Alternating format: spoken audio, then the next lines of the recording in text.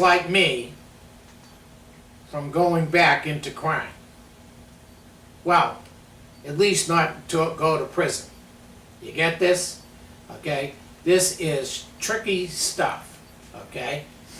And it will be privately funded.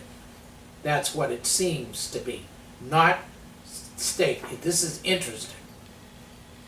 How did such an historic event take place? As a direct result of the dogged effort and passionate advocacy of CCJR, which is the Coalition for Criminal Justice Reform, which we are a part of, okay, not a big part, okay, but a part of. We support some of the things that they're into, and much like I support homeless efforts, but sometimes I come in serious conflict with the way things are done. So I'm saying this tongue-in-cheek with my viewers, and if you're interested, this is real important stuff. Since reports of the SIB Finance Reentry Program, that is the social impact bond, since the report of the Social Finance Reentry Program at Peterborough Prison in United Kingdom first hit the press, CCJR board members were learning everything they could about this exciting new financial tool that uses, and here we go, private funds to fashion solutions to critical social problems. Private funds affecting social problems. Okay? I have problems with private prisons. They're not the answers. They're major failures for persons. They make a lot of money. If you're an investor, they make a ton of money, but they abuse people. They put them in slavery. So I got real scary problems with this type of stuff. Throughout 2011, several CCJR board members met senior members of the state legislature. Now we're talking Connecticut here, okay, to educate and advocate for SIB tool as a means to promote social services that work, especially in the area of re-entry for the formerly incarcerated. In November 2011, a first meeting was held at the Office of Policy and Management in Hartford, where members of the Department of Correction, OPM, and CCJR met to discuss the possibilities. The meeting started a conversation that resulted in social finance and DOC working together on the SCA grant application. Working at a feverish pace, social finance and DOC completed the filing that seeks funding to construct construct bothers me, a program to reduce recidivism and save the state money because the formerly incarcerated will be working and not going back to prison. Grants awarded will be announced in October. Further proof that CCJR is making things happen. Wow. And it asked, do you want to know more about this? Well, yeah, because, okay, what is social impact bond? For those of you out there that don't know, and some I know, but for those of you that don't and that follow my show, many of the coalition members, have heard discussions of social impact bonds at meetings during the past year. I've been to a couple. In fact, I even filmed one, and you may have seen it on the show. While many explanations have been afforded, it can be a difficult concept to grasp. It shouldn't be, but it can be.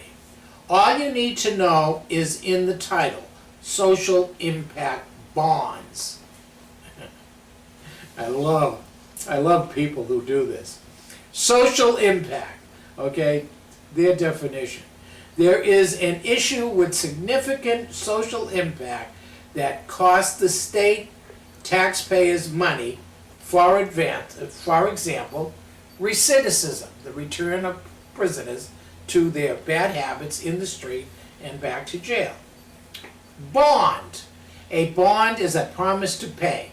Private parties have agreed, to finance a services solution to the problem, and governments will pay them back if the solution works and saves the state money. Well, what's the, see, they're gonna, if the service works, are they gonna finance this all themselves? Or is the state gonna give you the money first and hope that if you fail, you give them the money back? See, these things are not as easy as they seem. Father's been in this business a long time.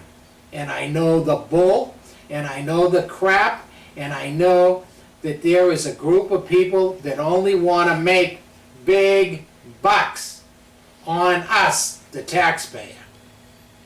And these are how some of them do it. On the other hand, some programs are very effective and cost effective.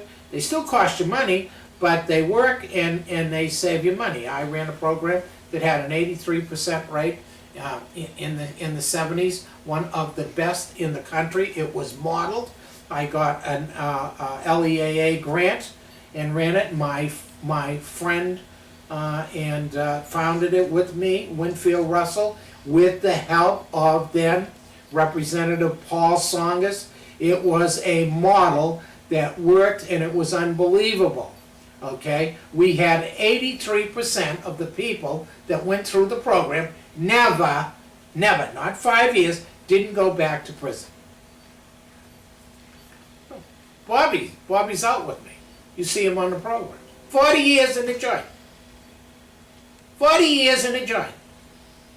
He's out. He's been out 8, 9, 10 years. He come out with me. Big Bob, I'm talking Bobby DeLello, 40 years. Big Bob, Burlon, 15 years in the joint.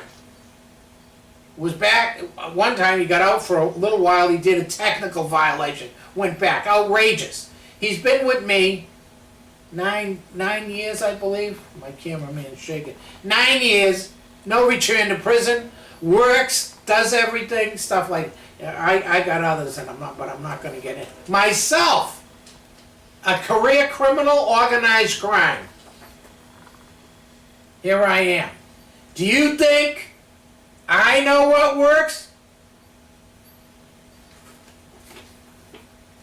These people make me nervous, okay? Okay? The government will pay them back if the solution works and saves the state money. Well, that's a cool thing. The promise to pay is based upon proven social impact. This I don't know how they're going to do it. The promise doesn't cost the state any money because the savings are used to repay the parties that pay for the solution. If there is no saving, there is no payment. Social impact bonds are one form of pay-for-success contracts presently touted by the Obama administration as a tool to accelerate social change. I gotta see this. See, because I'm not sure how it works. I have somebody that comes out of prison, no money, no job, no education, nothing. They've been abused for 3, 5, 10 years in the system. They come out an animal, like I come out. They have to be reorientated to society. They need clothing, they need shelter, they need food, right? I'm going to pay for this? I'm going to go, okay, here you go. You're in my house here, I'm going to pay for you. Okay? They need a job. I can't get you a job because what? You got no skills. So, I got to get you skills, I'm going to go train you. Okay. I go and send you to school, drive tractor training school, like I did for one guy. We did, my organization did. Spent 2.5 years, roughly $25,000 to get this guy all this stuff right. And did he use his license? Did he use his tractor trailer license? No, he was afraid to drive the tractor trailer. $25,000, we went in the hole, 2.5 years, okay? Now, did the guy go back to prison or anything? No, he did not.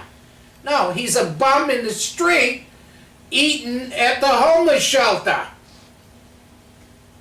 2.5 years, now he's been mooching off our community for another 5.5 after we spent $25,000 on his situation. I'm going to name this guy. But when people talk about their solutions, who should have took that hit?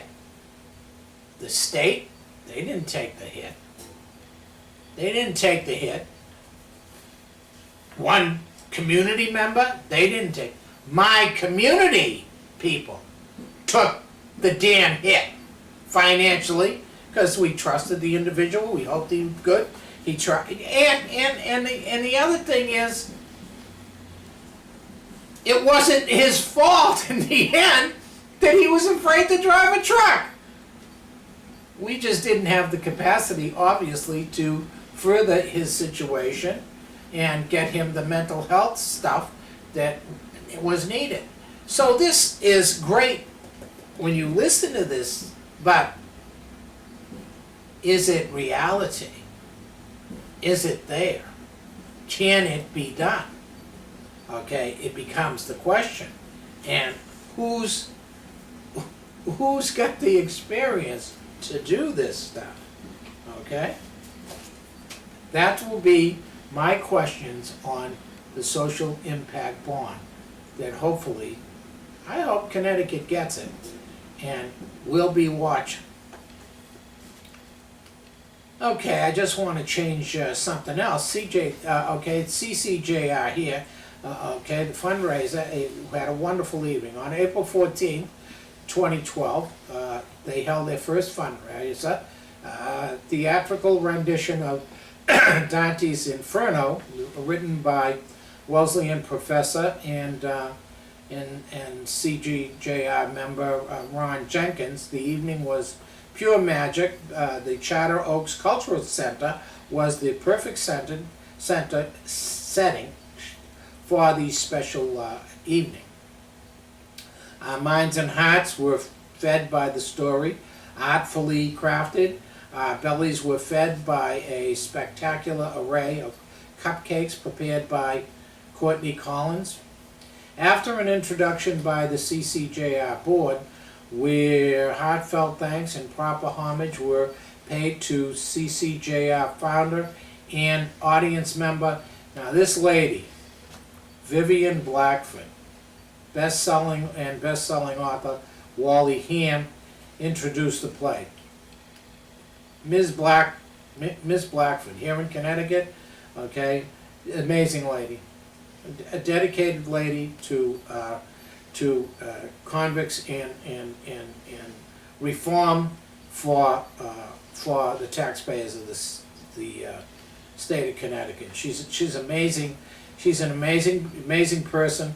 I've been happy that I've met her several times, and she did a major, wonderful job, and she was the board chairperson, but I believe she stepped down. And of course, Wally Lamb. Anyone who's in this business knows who Wally Lamb, the author, is, and his great work. The mood was set by Wally, and remarks centered on his well-known experiences teaching the creative writing course at York Correctional Facility in Niantic. Now, I don't think, somebody says I do know him directly. I don't think I know him directly. I may have met him and stuff like that. But He stressed the humanity and the potential he saw exhibited by his program members. It was the perfect lead into the night's performance. The actors were truly inspired. CCJR members Deborah Ranger, accompanied by her fellow York sisters Linda Gardner and Sandra Duncan, performed beautifully, interweaving personal stories with classical themes of sin, pain, and redemption.